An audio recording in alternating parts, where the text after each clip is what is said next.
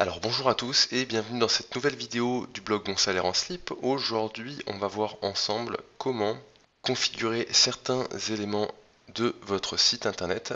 Voilà, c'est des éléments qui peuvent être importants quand vous souhaitez vendre sur internet. Vous êtes obligé d'avoir des conditions générales et des mentions légales qui apparaissent sur votre site internet. Donc vous voyez ici que PrestaShop de base finalement a créé une page pour voilà, ce qui pourrait ressembler à des conditions générales de vente. Et bien sûr, ça ne fera pas l'affaire puisque a priori, ça doit être des conditions générales de vente en anglais. Même pas. En fait, voilà, c'est une espèce de latin qui ne veut rien dire, donc il faut absolument qu'on change ça. Donc, première chose, on vient sur le tableau de bord, et ce qu'on va faire, c'est qu'on va cliquer sur Préférences, CMS. Ici, vous voyez qu'on retrouve la page Terms and Conditions of Use. C'est cette page-là qu'il va falloir modifier pour les conditions générales de vente. Donc on va cliquer sur Modifier. Et donc on se retrouve bien avec le texte qui était en front office sur cette page. Et il va falloir juste remplacer ça par les conditions générales de vente qui sont appropriées. Donc en dessous de cette vidéo, je vous mettrai un petit modèle de base que vous personnaliserez en fonction des spécificités de votre boutique. Vous n'aurez plus qu'à remplacer grosso modo les espaces vides et puis bien sûr à adapter si ça ne colle pas. Ici, ce qu'on peut faire, c'est effacer tout ce qui est métamots-clés, puisqu'en plus ce sont des métamots-clés en anglais. On ne va pas s'en servir. Ici, on va changer la balise title.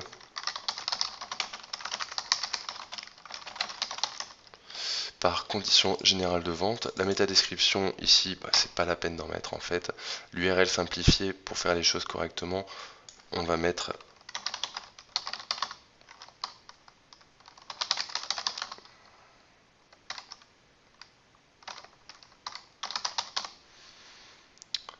OK, conditions générales de vente, hein, on n'a pas été spécialement original. Et quand vous descendez tout en bas, vous constatez ici que l'indexation par les moteurs de recherche est configurée sur non. Alors je vous encourage vraiment à le laisser sur non. C'est pas la peine en fait que Google indexe vos pages telles que celle-ci. Ça n'a aucun intérêt pour le positionnement.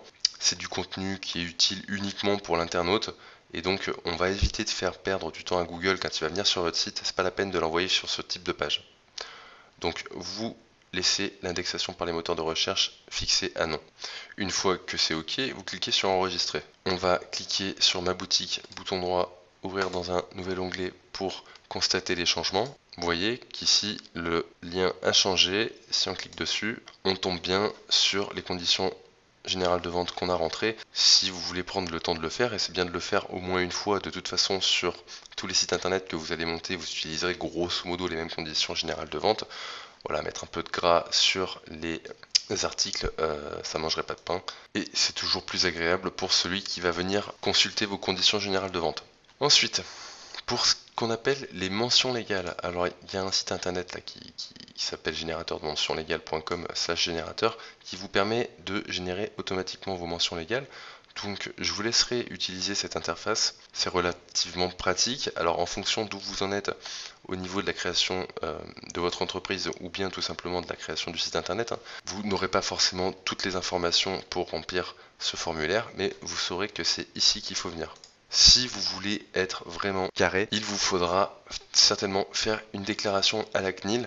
On doit faire une déclaration à la CNIL à partir du moment où finalement on collecte des données d'internautes, et ce qui est le cas finalement quand bien des gens viennent passer commande chez vous puisqu'ils sont obligés de créer un compte avec leur nom, prénom, adresse de livraison, adresse de facturation.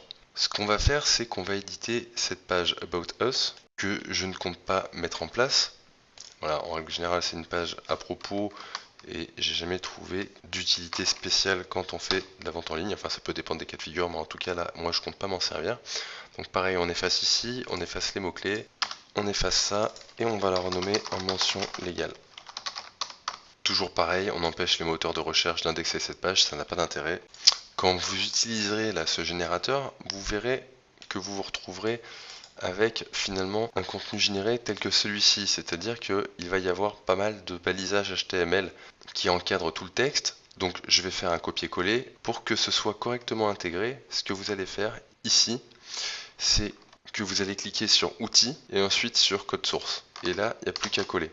Si on fait OK, vous voyez que le texte a été mis en fait en forme de façon automatique. On efface mention légale puisque le titre se trouve déjà ici. Là, vous voyez que j'ai une mise en forme qui est mauvaise. Ce que je fais, c'est que je me mets n'importe où dans le texte et puis je clique sur paragraphe pour revenir à un état normal. Là, les informations sont mauvaises, hein. C'était vraiment pour vous montrer où est-ce que vous devrez intégrer les mentions légales. Et ici, dans l'URL simplifié, on va rajouter mention légale. Essayez de ne pas mettre d'accent dans les URL, c'est toujours mieux. Et vous faites enregistrer. On retourne sur le site internet et on va aller checker ça. Ok, ici on voit bien qu'il y a les mentions légales qui sont apparues et que ça a été correctement interprété. Donc comme pour les conditions générales de vente, je vous invite vraiment à lire les mentions légales et puis à les adapter en fonction bien, de ce que vous avez à mentionner et d'y rajouter certaines spécificités si besoin. Après, mon conseil, c'est faites les choses au mieux, mais ne vous prenez pas la tête outre mesure avec ce type de page. Si on descend en bas, vous constaterez ici qu'on a un lien qui s'appelle Nos magasins. Donc pour moi, là, c'est une page qui ne sert strictement à rien. Donc l'idée, toujours pareil, on ne garde que ce qui est utile, que ce soit pour l'internaute, mais aussi pour Google. Et du coup, on va effacer cette page Nos magasins. Donc vous allez retourner sur le back-office et vous allez cliquer sur Coordonnées et magasins. Et tout bêtement, vous allez cliquer ici sur Nom. On enregistre. Et on constate donc qu'on n'a plus la page Nos magasins dans le pied de page. On va configurer rapidement la partie contact que vous avez ici dans le footer. Pour ça, il vous suffit d'aller dans Thème, configurateur de thème, et ici, afficher les informations de contact de votre boutique. Vous allez cliquer sur Configurer. Pour le moment, ce sont des informations fictives. Un petit mot sur le numéro de téléphone. J'ai longtemps hésité à publier mon numéro de téléphone sur tous les petits e-commerce que j'ai montés et force est de constater que bien finalement quasiment personne n'appelle, c'est très rare. Les clients potentiels qui vont tomber sur votre site internet commanderont peut-être parce qu'il y a la possibilité de vous contacter par téléphone, mais il ne faut pas croire que vous allez vous faire harceler par le téléphone. Donc il y a deux politiques à ce niveau-là, ne pas mettre de numéro du tout. Moi personnellement, je préfère mettre mon numéro en partant du principe que bien finalement je ne me ferai pas harceler par les clients et depuis le temps que je fais des boutiques en ligne, et bien finalement toutes les semaines les coups de téléphone que je reçois vont se compter sur le doigt d'une main. Et pour l'email, alors si vous suivez parfaitement la formation, c'est normal que vous n'ayez pas encore de nom de domaine. On verra ça dans le module qui traite de la recherche de niche. Vous comprendrez a posteriori pourquoi. Donc en attendant, vous pouvez mettre quelque chose de temporaire. Dans tous les cas, vous savez que pour modifier votre email de contact, ça se passera ici. Et ensuite, vous pouvez cliquer sur Enregistrer. On fait un petit F5 pour constater les modifications. Ok, donc ça a bien été pris en compte, c'est cool.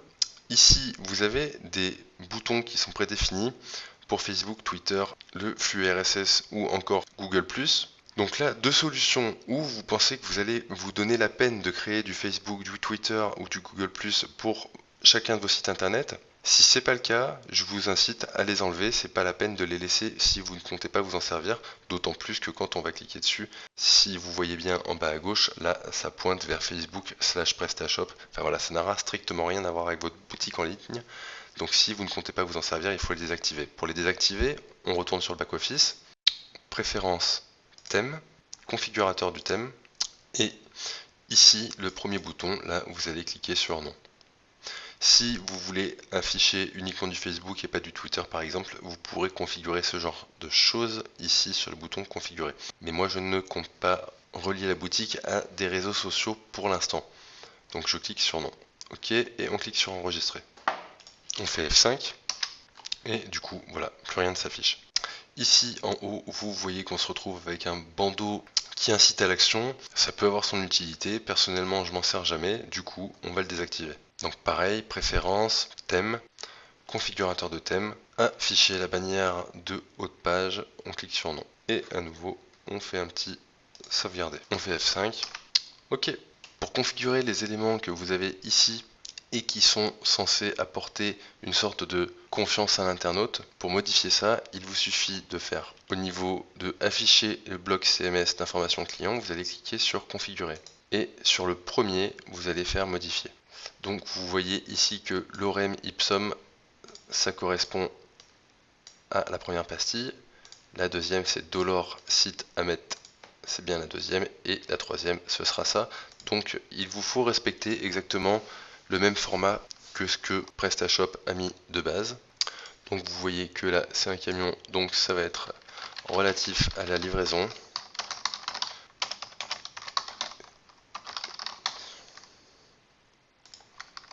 Donc livraison et expédition, on va mettre expédition en moins de 24 heures en France et partout dans le monde. Voilà, vous mettez quelque chose qui donne envie aux gens de vous faire confiance au niveau de la livraison. Ensuite, les contacts, service client 7 jours sur 7, de 9h à 18h. Nous sommes à votre disposition pour toute information sur vos commandes. Et ensuite, la dernière, c'est le paiement sécurisé, payé par carte bleue, Visa, PayPal. Toutes les transactions, sont sécurisées.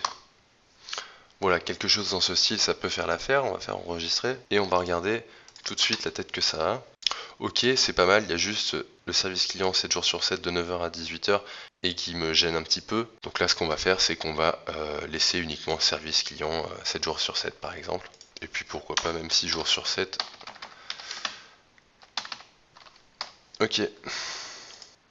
Voilà, là c'est cohérent. Il faut faire attention, c'est des petits détails, mais ça participe, ce genre de petits détails, les décalages et les non-alignements, ça participe au ressenti professionnel ou pas que les clients vont avoir quand ils vont être sur votre site internet. Ça semble être des détails, mais mis bout à bout, on arrive vite à un site internet qui ressemble à un sapin de Noël et qui fait fuir complètement le client. Donc l'idée c'est toujours de rester très simple, rester propre, rester dans les clous, rester dans ce pourquoi le thème a été fait. Si vous en avez les compétences en HTML, CSS et que vous voulez toucher les fichiers du template, vous pouvez le faire. Moi personnellement là je ne le fais pas, vous verrez que ça fonctionne très bien. Et voilà, si vous ne vous sentez pas, ne le faites surtout pas, c'est le meilleur moyen pour avoir un site internet qui ressemble à rien à la fin.